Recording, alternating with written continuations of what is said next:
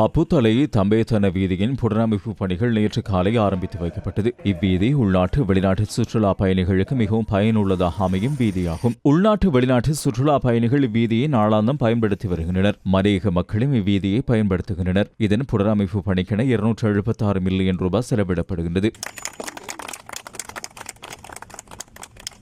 5 kilometre தூரத்தை கொண்ட இவ்வீதி அபிவிருத்தி 9 மாதங்களுக்குள் பூர்த்தி செய்யப்பட உள்ளன. பதுளை மாவட்ட பாராளுமன்ற உறுப்பினர் ரவீந்திர பண்டார, பாராளுமன்ற உறுப்பினர் அம்பிகா சாமுவேல் உள்ளிட்ட பலர் கலந்து கொண்டார்கள்.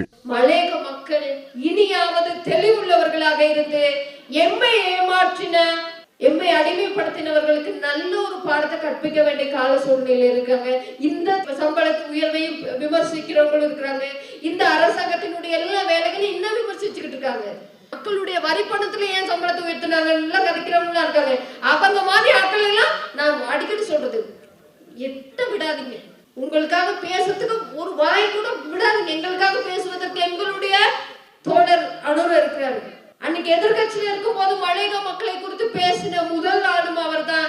இன்னைக்கு தன்னுடைய வரவு செலவு திட்டத்திலும் மலையக மக்களை குறித்து பேசி மலையக மக்களுக்காக மலையக மக்களுடைய சக்தி அணைக்கிறதும் இந்த அனுர தோழர் தான். அதனால அவரும் அவருடைய அரசாங்கமும் என்றும் மலையகத்தோடு இருக்கும்.